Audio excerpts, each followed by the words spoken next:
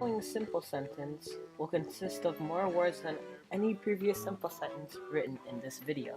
You may be asking, what is this sentence? Simple. It's a simple sentence. A simple sentence is a sentence that has one subject and one predicate. It could also be referred to as an independent clause, which is a sentence that can stand by itself and still make sense. Here's an example of one. The burnt chicken nugget crammed its way into the menu of the fast food chain.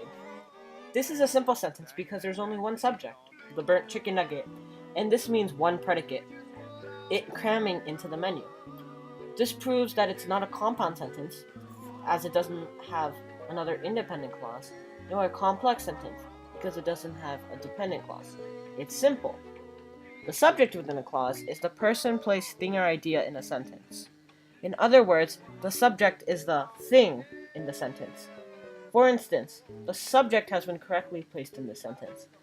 Since its subject is literally the subject, we can figure out that this isn't a compound complex sentence, the opposite of a simple sentence. The subject is found at the beginning of a sentence or before the predicate.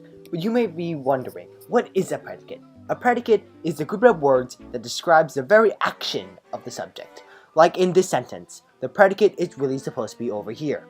This is a simple sentence for it has one subject and one predicate. And for this sentence, the predicate is really supposed to be here. Is the action. This shows it isn't any of the more complex sentences, for it has one subject and one predicate. Furthermore, it's one full thought. Oh yeah, there's also this thing known as a simple subject, which breaks down the subject into the one key word that sums up the overall thing the predicate is about.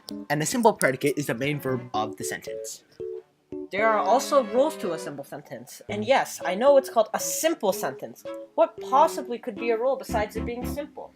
Well, let me tell you, a simple sentence can only consist of one independent clause. No more, no less.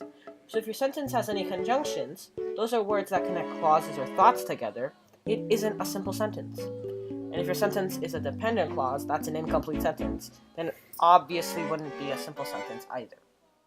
This can help you identify simple sentences if you really want to. So to incorporate our information, the first sentence of this video is actually just a long, simple sentence.